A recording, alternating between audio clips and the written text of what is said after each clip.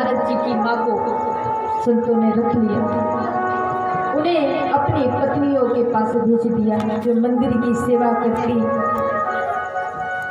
नितांत दासी गौ माता का दूध निकाल के लाती, गौ माता को चारा खिलाती। कुछ समय पश्चात वहां पर कुछ संत आए चतुर्मासा करने के लिए, बारिश के मौसम में 4 महीने का सत्संग करने के लिए आए। जब 4 महीने का सत्संग करने के लिए आए तो नारद जी छोटे से थे, 2 वर्ष के।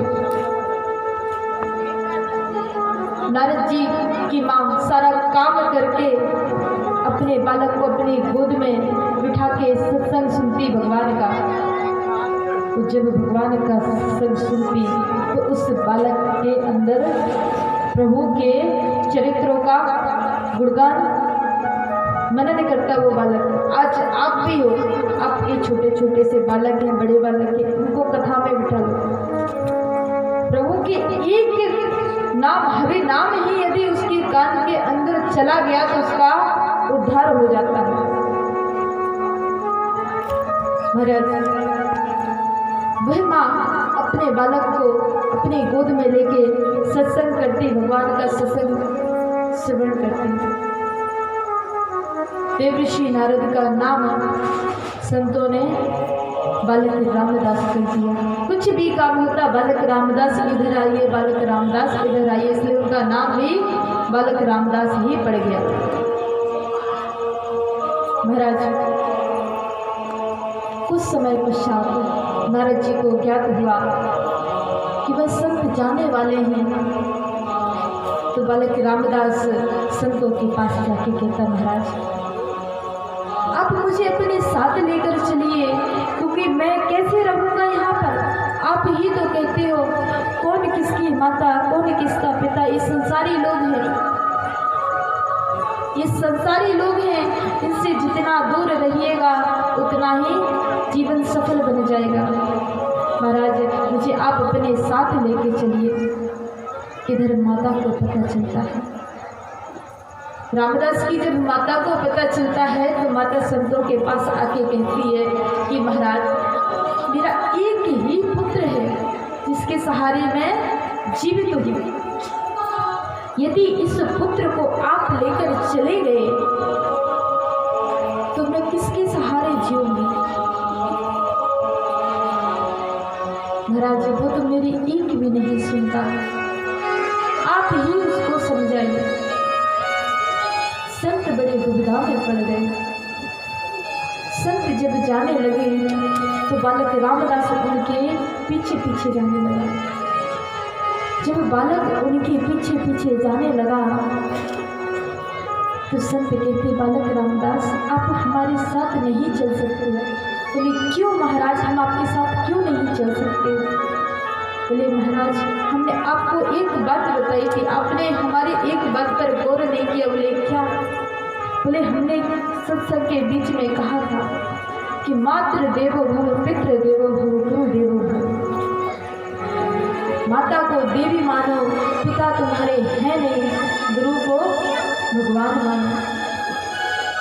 जब तक आपकी माँ है तब तक आप अपनी माता की सेवा करो।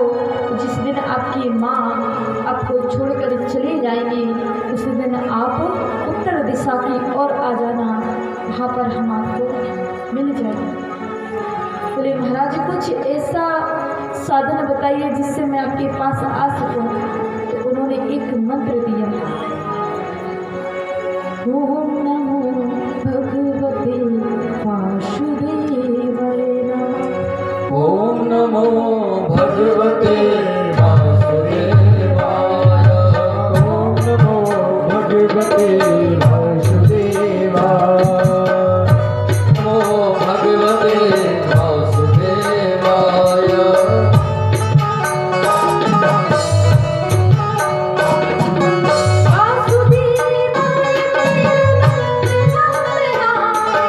वासुदेवाय मेरो नंद नंदना।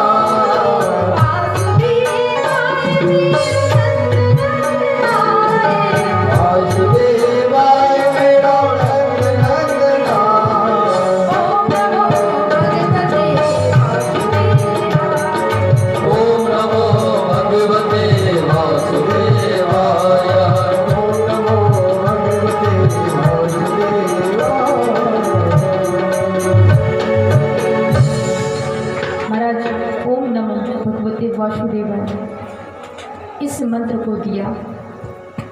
नारद जी मन में विचार करते हैं,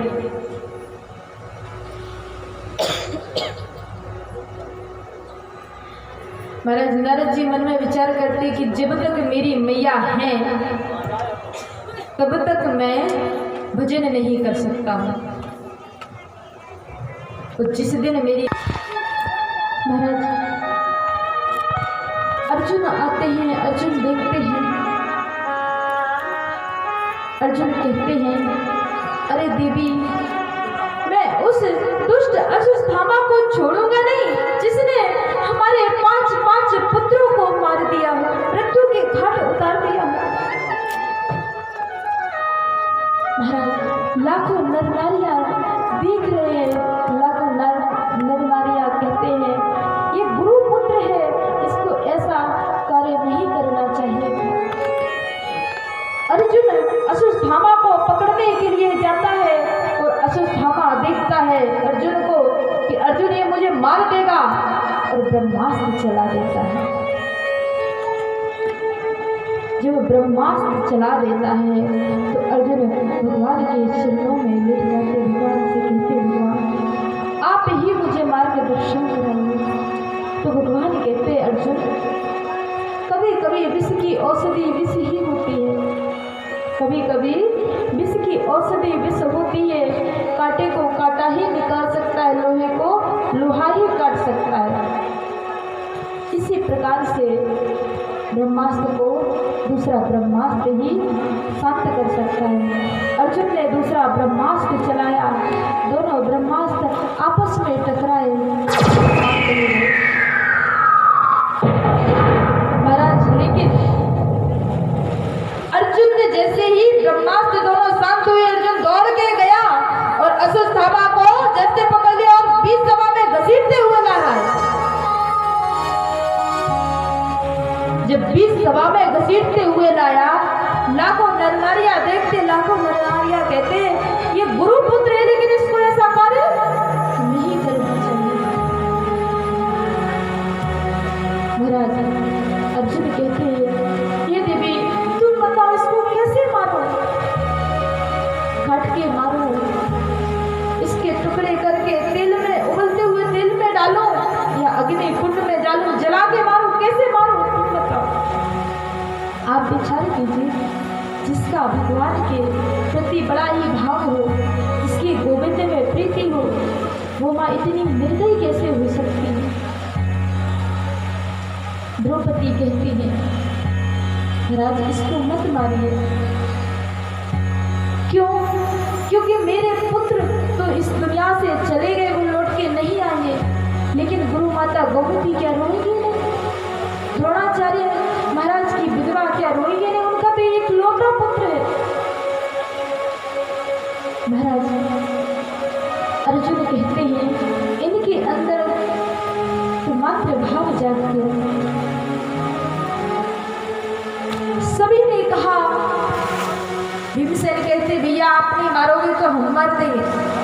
नकुल सहदेव कहते हैं, मुझे भैया ठीक कहते हैं कि अर्जुन धर्म संकट में पड़ गए। अर्जुन भगवान के चरणों में लेट जाते, भगवान से कहते, भगवान आप ही मार्गदर्शन कराइए मेरा, क्योंकि हर समय आप हमारे साथ रहे हैं और आज भी आप हमारे साथ ही रहेंगे।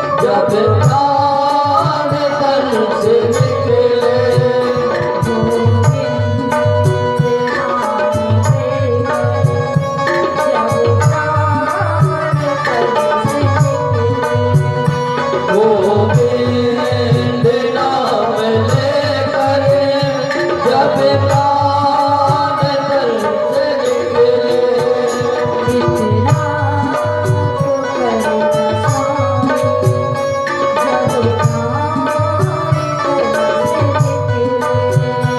इतना तो करेगा स्वामी जब प्राण तन से निकले।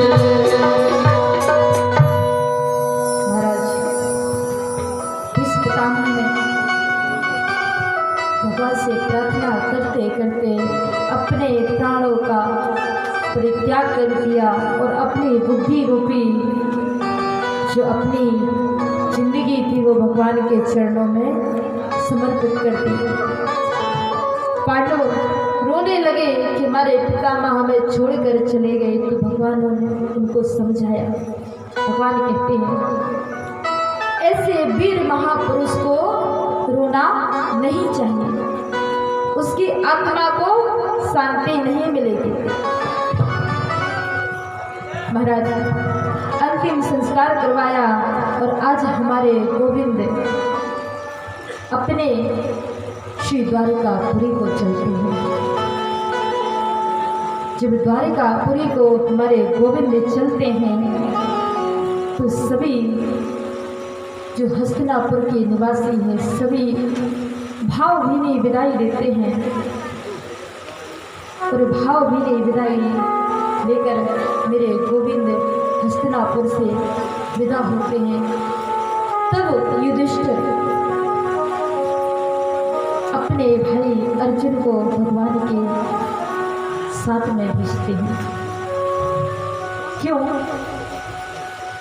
क्योंकि वो भगवान को एक बालक समझते हैं, भगवान नहीं समझते। कहते हैं कि भाव का भूखा हूँ मैं, और भाव ही एक है सार, जो भाव से बचता मुझे मुझसे रुलाता। जिस भाव में हम भगवान को देखते हैं वही भाव हमारे हृदय में प्रकट होता है। कोई भाव भगवान देखता है, कोई भाव सखा देखता है, कई प्रकार के भाव होते हैं। महाराज अर्जुन जब भगवान के साथ द्वारिका जाते हैं तो महाराज हमने आपसे पहले भी कहा कि चाहे वो परम ब्रह्म क्यों ना हो, वो अपनी माँ के चरणों में दंडवत प्रणाम करता है। हमारे गोविंद ने बूढ़े बुजुर्गों को प्रणाम किया, कुल भीलों से कुशलता पूछी, और आज हमारे भगवान महल में प्रवेश करते तो सबसे पहले अपनी माता देवकी के चरणों में प्रणाम कहते। क्योंकि जिस पेड़ में फल ज़्यादा होंगे वो फल हमेशा नीचे की ओर झुका होता है, क्योंकि गुणवान व्यक्ति हमेशा झुका हुआ होता है, जो सूखा पेड़ होता है वो हमेशा खड़ा रहता है, अकड़ा हुआ रहता है। कभी आपने सूखे पेड़ को झुकते हुए देखा?